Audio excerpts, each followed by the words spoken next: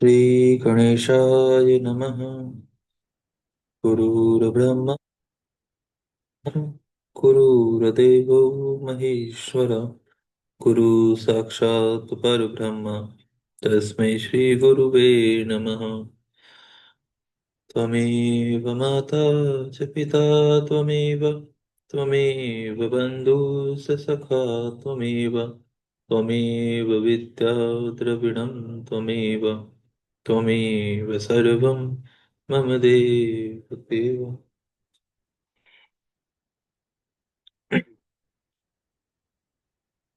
इस समय हम श्री शिव पुराण के द्वितीय खंड के छठे अध्याय पर हैं, जो कल हमने बीच में ही छोड़ दिया था।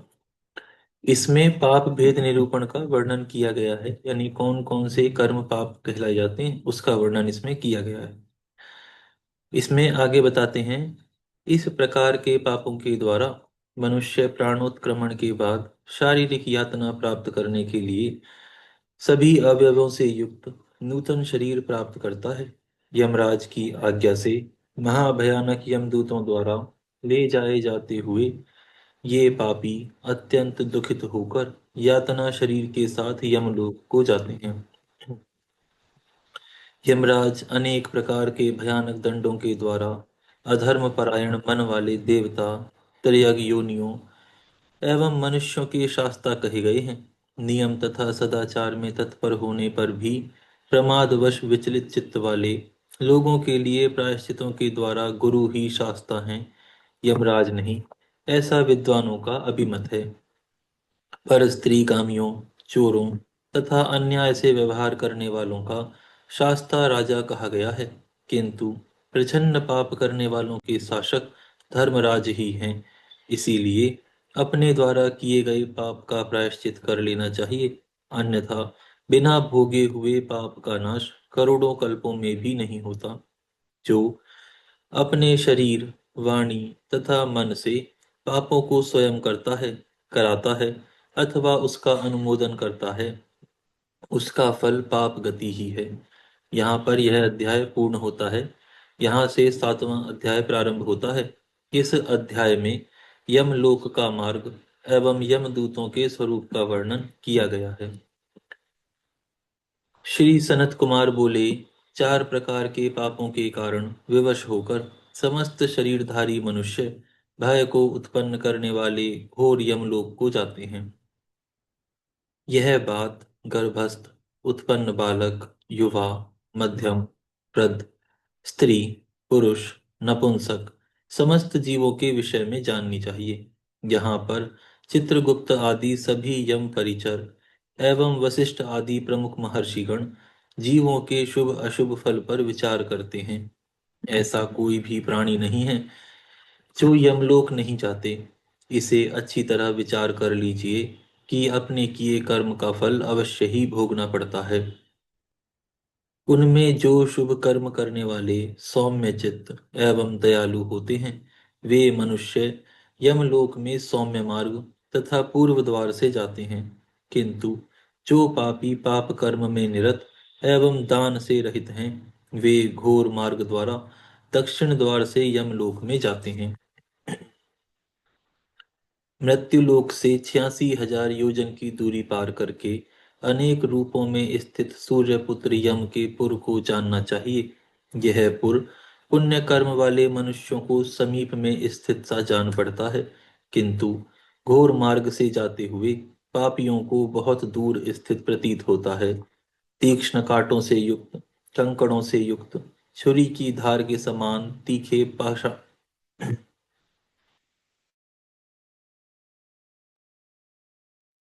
छुरी की धार के समान तीखे पाषाणों से बने हुए, कहीं जोंकों से भरे हुए तथा बहुत कीचड़ से युक्त, कहीं लोहे की सुई के समान नुकीले कुशों से युक्त, कहीं नदी तट जैसे दुर्गम स्थानों से अति विषम तथा वृक्षों से परिपूर्ण पर्वतों से युक्त और प्रतप्त अंगारों से युक्त मार्ग से दुखित होकर पापी लोग जाते हैं। वह मार्ग कहीं भयानक गड्ढों से, कहीं अत्यंत दुष्कर ढेलों से, कहीं अत्यंत जलती हुई रेतों से, कहीं तीक्ष्ण कांटों से, कहीं अनेक शाखाओं वाले फैले हुए बांस के वनों से व्याप्त है। मार्ग में कहीं भयानक अंधकार है और कहीं पकड़ने के लिए कोई आधार नहीं है। वह मार्ग कहीं लोहे के तीखे श्रृंगाटकों से, कहीं दावानल से, कहीं प्रतप्त शिलाओं से, तथा कहीं बर्फ से व्याप्त है। वह मार्ग कहीं कंठ तक शरीर को डुबो देने वाली रेत से, कहीं दुर्गंध युक्त जल से, तथा कहीं कंडों की अग्नि से व्याप्त है।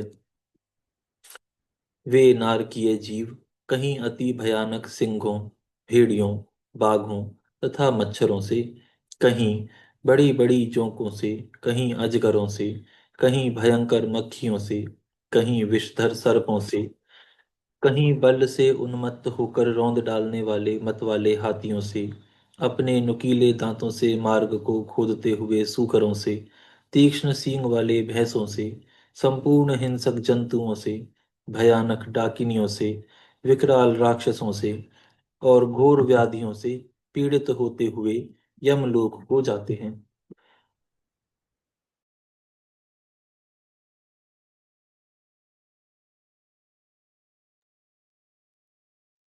वे पापी जन कहीं अत्यधिक धूल से भरी प्रचंड आंधी और बड़े बड़े पाषाणों की वृष्टि से आहत किए जाते हुए, कहीं दारुण विद्युतपात से जलाए जाते हुए, और कहीं चारों ओर से महती बाण वृष्टि से बींधे जाते हुए आश्रयहीन होकर यमलोक को जाते हैं।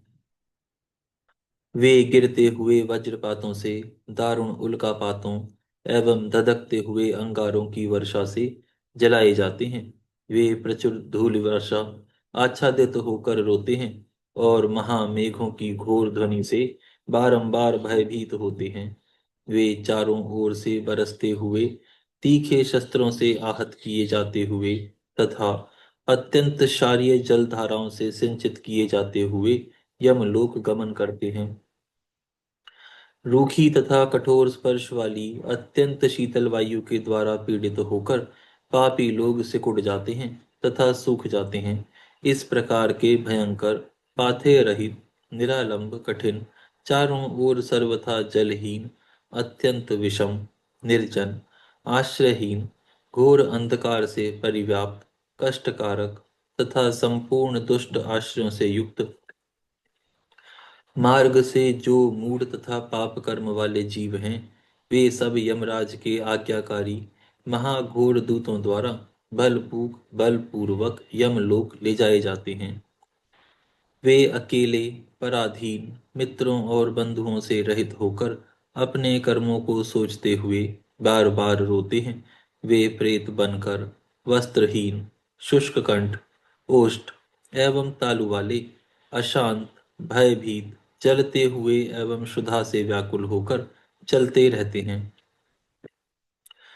कोई मनुष्य जंजीर से बांधकर ऊपर की ओर पैर करके बलवान यमदूतों द्वारा खींचे जाते हुए ले जाए जाते हैं। कोई छाती के बल नीचे की ओर मुख किए हुए घसीटे जाते हैं और अति दुखित होते हैं। कोई केश पाश में रस्सी से बांधकर घसीटे जाते हैं। अन्य प्राणी ललाट को अंकुश से विदीर्ण किए जाने के कारण अत्यंत दुखित होते हैं। उत्तान किए हुए कुछ लोग कांटों के मार्ग से तथा अंगारों के मार्ग से ले जाए जाते हैं। किसी के दोनों हाथ पीछे की ओर बांधकर, किसी के पेट को रस्सी आदि से जकड़कर, किसी को जंजीरों में कसकर, किसी के दोनों हाथों में कील ठोंककर और किसी के गले में रस्सी लगाकर खींचते हुए दुख देकर ले जाया जाता है। कुछ लोग जीभ में अंकुश चुभाकर रस्सी से खींचे जाते हैं। कुछ लोग नाक छेद कर, नथुनों में रस्सी डालकर उससे खींचे जाते हैं और गालों तथा होठों को छेद कर उनमें रस्सी डालकर खींचे जाते हैं। किसी का हाथ, किसी का पैर, किसी का कान, किसी का होठ, किसी की नाक, किसी का लिंग, किसी का किसी के शरीर के जोड़ को काट दिया जाता है। कुछ लोग भालों तथा बाणों से बांधे जाते हैं और वे आश्रय रहित होकर इधर उधर भागते तथा क्रंदन करते हैं। वे मुदगरों से तथा लोहदंडों से बार बार पीटे जाते हैं और अग्नि तथा सूर्य के समान तेज वाले विविध भयंकर कांटों से तथा भिंदीपालों से भेदे जाते हैं। इस प्रकार रक्त एवं मवाद का स्त्राव करते हुए तथा विष्ठा और कृमि से भरे हुए मार्ग से मनुष्य विवश होकर यमपुरी ले जाए जाते हैं। वे भूख से व्याकुल होकर अन्न पानी मांगते हैं, धूप से संतप्त हो छाया की याचना करते हैं और शीत से दुखी हो अग्नि के लिए प्रार्थना करते हैं। जिन लोगों ने दान नहीं दिया है वे इसी प्रकार सुख की याचना करते हुए यमालय जाते हैं, परंतु जिन लोगों ने पहले से ही दान रूपी पाथेय ले रखा है वे सुखपूर्वक यमालय को जाते हैं। इस प्रकार की व्यवस्था से कष्टपूर्वक वे जब यमपुरी पहुंचते हैं तब धर्मराज की आज्ञा से दूतों के द्वारा वे उनके आगे ले जाए जाते हैं। उनमें जो पुण्य आत्मा होते हैं उन्हें यमराज स्वागत, आसन दान, पाद्य तथा अर्घ के द्वारा प्रेम पूर्वक सम्मानित करते हैं और कहते हैं कि शास्त्रोक्त कर्म करने वाले आप महात्मा लोग धन्य हैं, जो कि आप लोगों ने दिव्य सुख प्राप्त करने के लिए पुण्य कर्म किया। अब आप लोग इस दिव्य विमान पर चढ़कर दिव्य स्त्रियों के भोग से भूषित तथा संपूर्ण वांछितों से युक्त निर्मल स्वर्ग को जाएं। वहां पर महान भोगों का उपभोग करके अंत में पुण्य का क्षय हो जाने पर जो कुछ अल्प अशुभ शेष रहेगा उसे आप लोग पुनः यहाँ पर भोगेंगे। जो धर्मात्मा पुरुष हैं वे धर्मराज को अपने मित्र के समान समझते हैं और उन्हें सौम्य मुख वाला देखते हैं। जो क्रूर कर्म करने वाले हैं वे यमराज को भयानक दाढ़ी युक्त विकराल मुख वाला, कुटिल भौंयुक्त नेत्र वाला, ऊपर उठे हुए केशों वाला, बड़ी बड़ी मूछ एवं दाढ़ी वाला, क्रोध के कारण फड़कते होठों वाला, 18 भुजाओं वाले, कुपित काले अंजन के पहाड़ के समान संपूर्ण आयुधों को धारण किए हुए हाथों वाले, अपने दंड से सबको डांटते हुए, बहुत बड़े भैंसे पर आरूढ़ एवं जलती हुई अग्नि के समान नेत्र वाला समझते हैं। वे पापी जन यमराज को रक्तवर्ण की माला तथा वस्त्र धारण किए हुए सुमेरु पर्वत के समान ऊंचे प्रलयकालीन महामेघ के समान गर्जना करते हुए, समुद्र को पीते हुए, पर्वत राज को निगलते हुए और अग्नि को उगलते हुए मानो देखते हैं।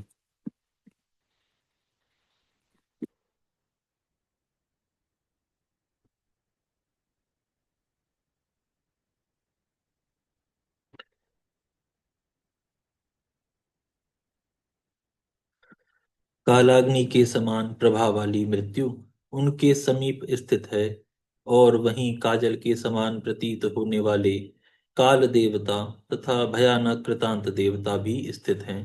मारी, उग्र महामारी, भयंकर कालरात्रि, कुष्ठादि नाना प्रकार की भयानक व्याधियां भी वहां मूर्तिमान होकर तथा शक्ति, शूल, अंकुश, पाश, चक्र, खड़ग आदि शस्त्रों को हाथ में लिए हुए और शूर, तरकश, धनुष आदि धारण किए हुए वज्र तुल्य तुंड वाले रुद्रगण भी वहां विद्यमान हैं। नाना प्रकार के शस्त्रों को धारण किए हुए भयंकर महावीर वहां स्थित हैं और कालंजन के समान कांति वाले तथा समस्त शस्त्रों को हाथ में लिए हुए असंख्य भयानक तथा महावीर यमदूत वहां विद्यमान हैं। पापी लोग इन परिचरों से घिरे हुए घोर दर्शन वाले उन यमराज को तथा भयंकर चित्रगुप्त को देखते हैं। उस समय यमराज उन पापियों को अत्यधिक धमकाते हैं और भगवान चित्रगुप्त धर्मयुक्त वचनों से उन्हें समझाते हैं। यहाँ पर यह अध्याय पूर्ण होता है। यहाँ से 8वां अध्याय प्रारंभ होता है। इस अध्याय में नरक भेद निरूपण का वर्णन किया गया है। श्री चित्रगुप्त बोले, हे पाप कर्म वालों, हे दूसरों के द्रव्य का अपहरण करने वालों, हे रूप एवं पराक्रम पर घमंड करने वालों, हे पर नारी प्रसंग करने वालों, तुम लोगों ने स्वयं जो कर्म किया है उसे तुम्हें भोगना पड़ रहा है। तुम लोगों ने आत्मविनाश के लिए कुत्सित आचरण क्यों किया? इस समय तुम लोग अपने कर्मों के कारण पीड़ित किए जाते हो। इस प्रकार प्रलाप क्यों कर रहे हो? अब अपने कर्मों को भोगो, इसमें किसी का दोष नहीं है। श्री सनत कुमार बोले, इसी प्रकार अपने कुत्सित कर्मों तथा बल पर गर्व करने वाले राजा लोग भी अपने घोर कर्मों के कारण चित्रगुप्त जी के पास उपस्थित हुए। तब धर्म के ज्ञाता महाप्रभु चित्रगुप्त ने यमराज की आज्ञा से क्रोध युक्त होकर उन्हें शिक्षा प्रदान की। श्री चित्रगुप्त बोले, प्रजाओं का विध्वंस करने वाले हे दुराचारी राजाओं, तुम लोगों ने अल्पकाल वाले राज्य के लिए पाप कर्म क्यों किया? हे राजाओं, तुम लोगों ने राज्य भोग के मोह से अन्यायपूर्वक जबरदस्ती प्रजाओं को जो दंडित किया, अब उसका फल भोगो। अब वह राज्य कहाँ है? वह स्त्री कहाँ है जिनके लिए तुम लोगों ने इतना बड़ा दुष्कर्म किया? उन सभी को छोड़कर तुम लोग अकेले ही यहाँ स्थित हो। मैं तुम लोगों का यह बल नष्ट हुए देख रहा हूँ, जिसके द्वारा तुम लोगों ने प्रजाओं का नाश किया है। तुम लोग तो यमदूतों से बंधे हुए हो, अब क्या हो सकेगा? श्री सनत कुमार बोले, इस प्रकार यम के द्वारा अनेक विध वचनों से उपालंभ प्राप्त किए हुए वे राजा लोग चुप हो गए और अपने कर्मों पर पश्चाताप करने लगे। इस प्रकार उन राजाओं के कर्म को बतलाकर धर्मराज यम ने उनके पाप रूपी कीचड़ की शुद्धि के लिए दूतों से यह कहा।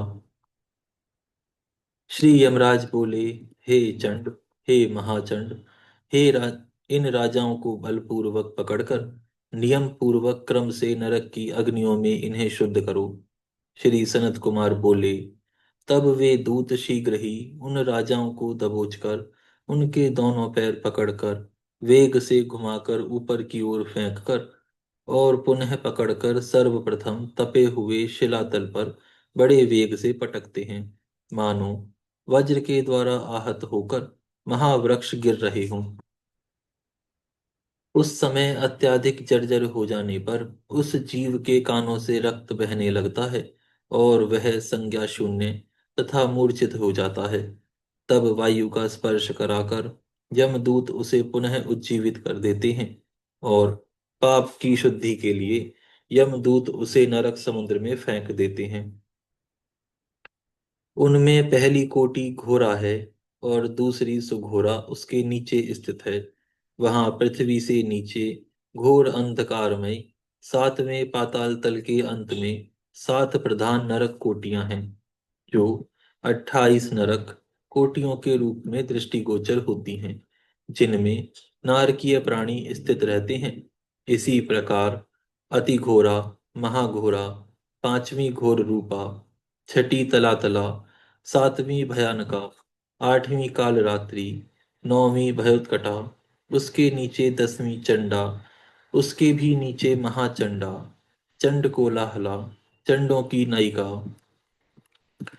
प्रचंडा, पद्मा, पद्मावती, भीता, भीषण नरकों की नायिका भीमा, कराला, विकराला और 20वीं वज्रा कही गई है। त्रिकोणा, पंचकोणा, सुदीर्घा, अखिलार्तिदा, समा, भीम बलाभा, उग्रा एवं अंतिम दीप्त प्राय है। इस प्रकार नाम के अनुसार 28 घोर नरक कोटियों को आपसे कह दिया। ये पापियों को यातना देने वाली हैं। उन नरक कोटियों में प्रत्येक में पांच पांच प्रधान नरक जानने चाहिए। नाम के अनुसार उन्हें सुनिए।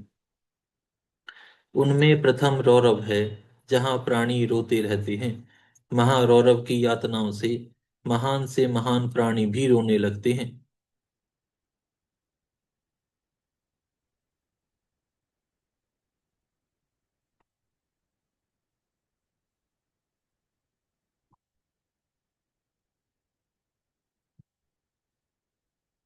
महारौरव की तीसरा शीत, चौथा उष्ण, और पांचवां सुधोर। ये पांच प्रधान नरक कहे गए हैं। इसी प्रकार सुमहातीक्ष्ण, संजीवन, महातम, विलोम, विलोप, कंटक, तीव्र वेग, कराल, विकराल, प्रकंपन, महावक्र, काल, कालसूत्र, प्रगजर, प्रगर्जन, सूचीमुख, सुनेति, घातक, सुप्रपीड़न, कुंभिपाक, सुपाक, क्रक्रच, अति दारुण, अंगार राशि भवन, मेदो सुप्रपित, मेदो सुप्रहित, तीक्ष्ण तुंड, शकुनी, महासंवर्तक, क्रतु, तप्त जंतु, पंकलेप, प्रतिमास, त्रपुद्रव, उच्छ्वास, सुनीरुच्छ्वास, सुदीर्घ, कुटशालमलि, दुरिष्ट, सुमहवाद, प्रवाह, सुप्रतापन, मेष, वृष, शाल्म, सिंहमुख, व्याघ्रमुख, गजमुख, श्वमुख, सूकरमुख, अजमुख, महिषमुख, गूकमुख, कोकमुख, ब्रखमुख, ग्राह, कुंभिनस, नर, नक्र, सर्प, कूर्म, काक, गृध्र, उलूक, हलोक, शार्दुल, ऊंट, करकट, मंडूक, पूतिवक्र, रुक, रुक्ताक्ष, पूतिमृतिक, कर्णध्रुम, अग्नि, कृमि, गंधीवपु, अग्निध्र, अप्रतिष्ठित, रुधिराभ, स्वभोजन, लालाभक्ष, आंत्रभक्ष, सर्वभक्ष, सुदारुण, कंटक, सुविशाल, विकट, कटपूतन, अम्बरीक्ष, कटा, कष्टदायक, वैतरणी नदी, सुप्लहलोचन, एकपाद, प्रपुरण, घोर असितालवन, अस्थिभंग, सुपुरण, विलातस, असुयंत्र, कूटपाक्ष, प्रमर्दन, महाचूर्ण, असुचूर्ण, तप्त लोहमय, पर्वत, शूरधारा, यमल पर्वत, मूत्रकूप, विष्टाकूप, अश्रुकूप, शारकूप, शीतल, मूसल उल्लूक यंत्र, शिला शकट लांगल, तालपत्र, असी गहन, महाशकटमंडप, सम्मोह, अस्थिभंग, तप्त, चल, अयोगुण, बहुदुख, महाक्लेश, कश्मल, समल, मल, हलाहल, विरूप, स्वरूप, यमानुक, एकपाद, त्रिपाद, तीव्र, आचिवर, तम। ये पांच पांच के क्रम में 28 नरक हैं। उनमें क्रम से नरक कोटियों के पांच पांच नायक हैं। प्राणियों को दुख देने के लिए 140 नरक बताए गए हैं। उसे नरक मंडल कहा गया है। हे व्यास जी, इस प्रकार मैंने आपसे संख्या के अनुसार नरक की स्थिति का वर्णन किया। अब आप वैराग्य तथा उस पाप गति का श्रवण कीजिए। यहाँ पर यह अध्याय पूर्ण होता है। यहाँ से नववां अध्याय प्रारंभ होता है। इस अध्याय में नरक की यातनाओं का वर्णन किया गया है। श्री सनत कुमार बोले, हे व्यास जी, इस नरकाग्नियों में पापी जन अनेक प्रकार की विचित्र यातनाओं के द्वारा कर्मों के विनष्ट होने तक सताए तथा सुखाए जाते हैं। जिस प्रकार मल दूर होने तक धातुएं अग्नि में तपाई जाती हैं, उसी प्रकार पाप के क्षय पर्यंत पापी मनुष्य भी अपने कर्मों के अनुरूप संतप्त किए जाते हैं। यमराज के दूत लोहे की जंजीर में पापी मनुष्यों के दोनों हाथ दृढ़ता पूर्वक बांधकर महावृक्ष की शाखाओं में लटका देते हैं। उसके बाद यत्न पूर्वक यम किंकरों द्वारा फेंके गए मनुष्य बड़े वेग से कांपते हुए मूर्छित होकर योजनों दूरी तक उनके द्वारा ले जाए जाते हैं। इसके बाद महाबलवान यमराज के दूत आकाश में स्थित उन मनुष्यों के पैरों में 100 भार का लोहा बांध देते हैं। उस महान भार से अत्यधिक पीड़ित मनुष्य अपने कर्मों का स्मरण करते हैं और चेष्टा विहीन होकर चुपचाप खड़े रहते हैं। तदनंतर अति भयंकर यमदूत उन पापियों को चारों ओर से भयानक अंकुशों एवं अग्नि के समान वर्ण वाले लोहदंडों से मारते हैं। उसके पश्चात अग्नि से भी तेज खारे नमक से चारों ओर से उनके ऊपर बार बार लेप करते हैं। उस लेप से शीघ्र उनका शरीर जर्जर होकर छिन्न भिन्न हो जाता है। पुनः सिर से लेकर क्रमशः सारे अंग काट काट कर अत्यंत प्रतप्त लोहे के कड़ाहों में बैगन के समान पकाए जाते हैं। इसके बाद विष्ठा से पूरित कूप में कीड़ों के ढेर में तथा पुनः चर्बी रक्त तथा मवाद से भरी हुई बावलियों में पापियों के शरीर अवयव फेंक दिए जाते हैं। वहां पर कीड़े तथा लोह के समान तीक्ष्ण चोंच वाले कोए, कुत्ते, मच्छर, भेड़िए एवं भयानक तथा विकृत मुख वाले व्याघ्र उनका भक्षण करते हैं, और वे जलते अंगारों की राशि में मछली के समान भूंजे जाते हैं। वे मनुष्य अपने पाप कर्म के फलस्वरूप अत्यंत अत्यंत तीक्ष्ण भालों से बेधे जाते हैं। मनुष्यों के वे यातना शरीर अपने घोर कर्मों के कारण तेल यंत्रों में डालकर तिलों के समान पीसे जाते हैं। पुनः अत्यक्ष्ण तीक्ष्ण धूप में तथा तपे हुए लोह के पात्रों में अनेक प्रकार से भूंजे जाते हैं। इसके बाद तेल से पूर्ण अत्यंत तप्त कड़ाहों में हृदय तथा पैरों को दबाकर उनकी जीभ को पकाया जाता है। इस प्रकार शरीर से नाना प्रकार की भयंकर यातना करते हुए पापी मनुष्य क्रमशः सभी नरकों में घूमते रहते हैं। हे व्यास जी, यमदूत सभी नरकों में पापियों के सभी अंगों में विचित्र एवं अत्यंत पीड़ादायिनी यातनाएं देते हैं। जलता हुआ अंगार लेकर उनके मुख में भरकर उन्हें पीटा जाता है। इसके बाद क्षार द्रव्य से तथा तप्त पिघले हुए ताम्र से उन्हें बार बार पीड़ित किया जाता है। तत्पश्चात अत्यधिक तपे हुए घी तथा तेल को उनके मुख में भरकर इधर उधर पीड़ा देकर बहुत मारा जाता है।